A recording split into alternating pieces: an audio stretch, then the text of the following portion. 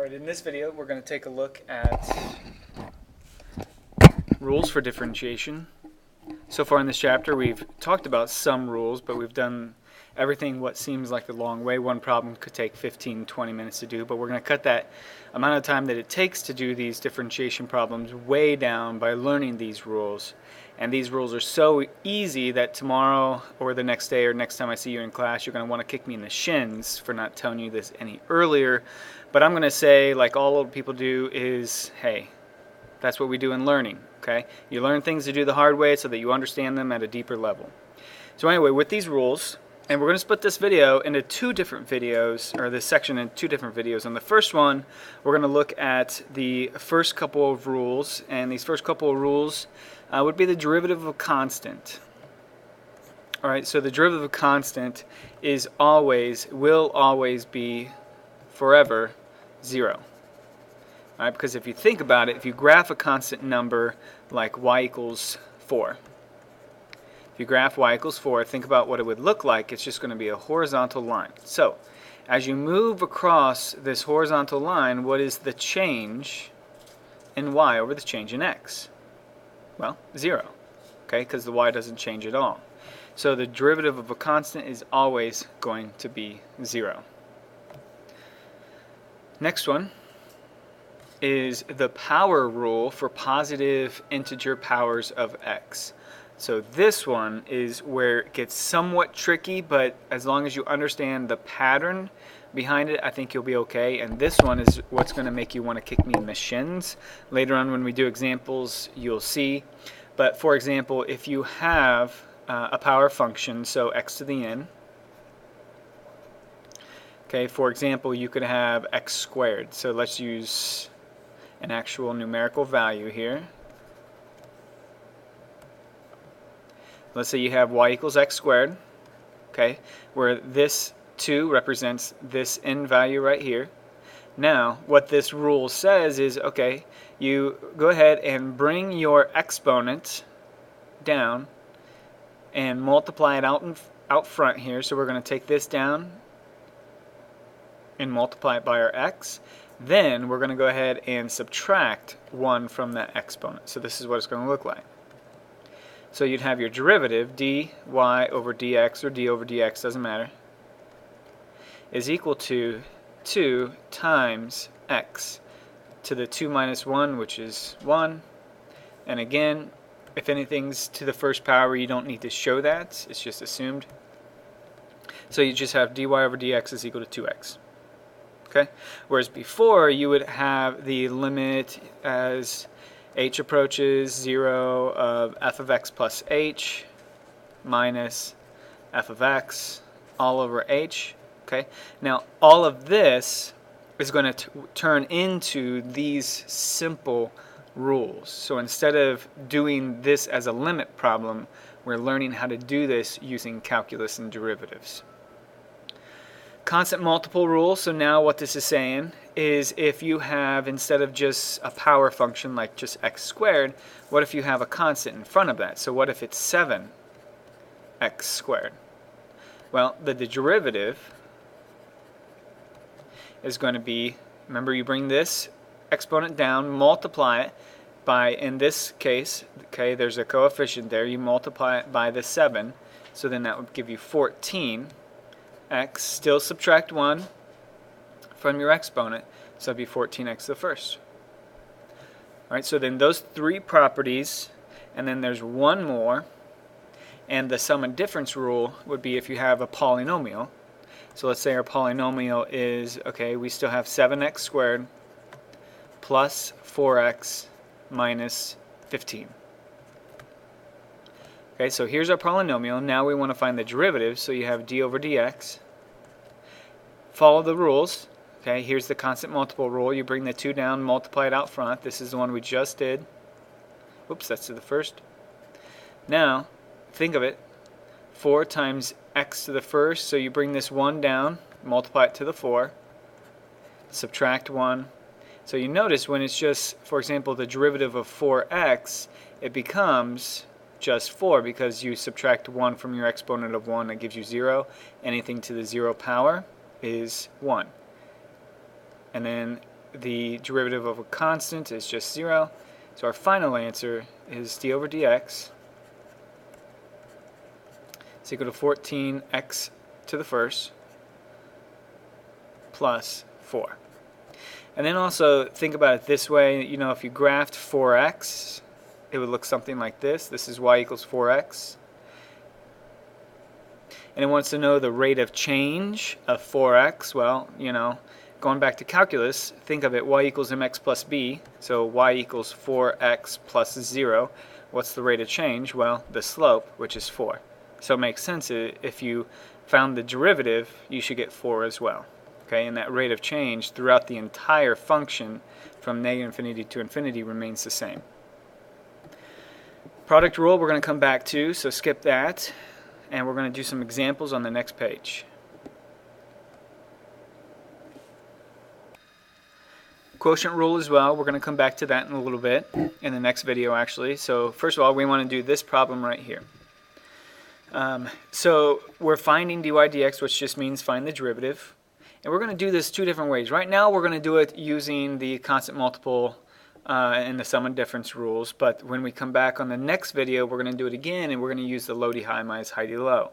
All right, hopefully it'll make sense when we come back and do that. But first, we're going to use the constant multiple and the sum and difference, which means we find the derivative of each term individually.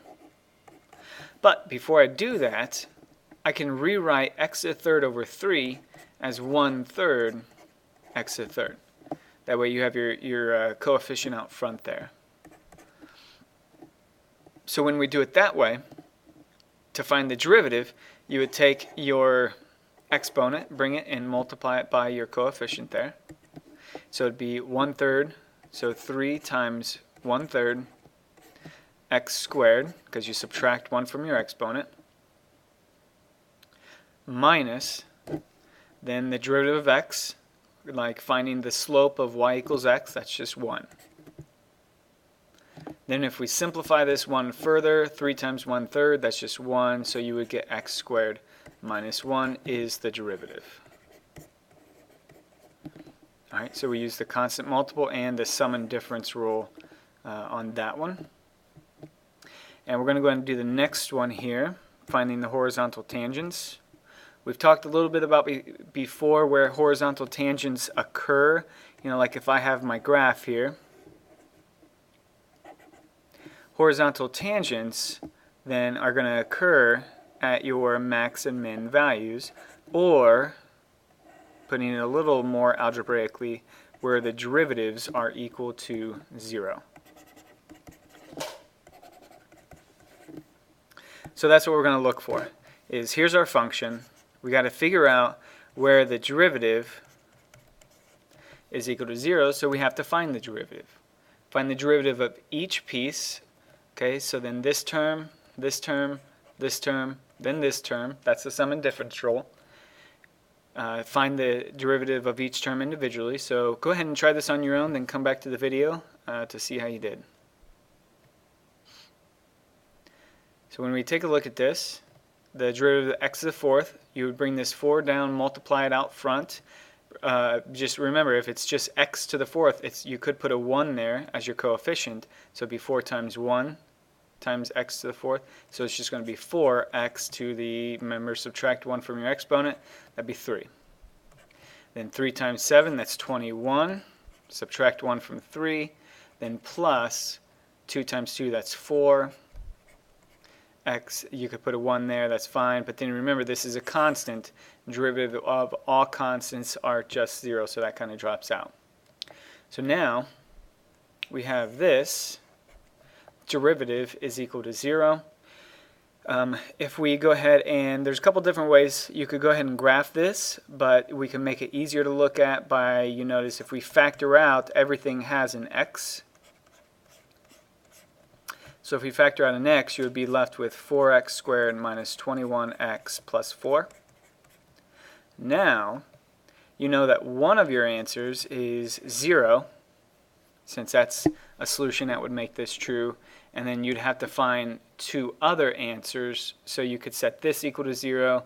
But what I'm going to do is I'm going to take this cubic function up here and graph it to find the zeros. And that is the graph that I have right here. You zoom in a little bit. So here, you notice this is the derivative. This is the equation of the derivative. And to find the horizontal tangents, I want to know where it's equal to 0, so I find the zeros. And the zeros are going to occur at 0, 0.198, and 5.052. Those are where they're going to occur right there. So we're going to go ahead and, we already have the 0, but then we write the other ones. 0.198, and then 5.052. And then those are where the horizontal tangents occur. All right, now if they ask for the equations of the horizontal tangents, not too difficult. Okay, that's where they occur, and then the equations, all of them have a slope of 0, so they would be, you'd have to find the y values at those points, and it'd be all y equals. But in this case, we just want to know where they occur, which is a matter of finding the x values. Let's do one more example on this video.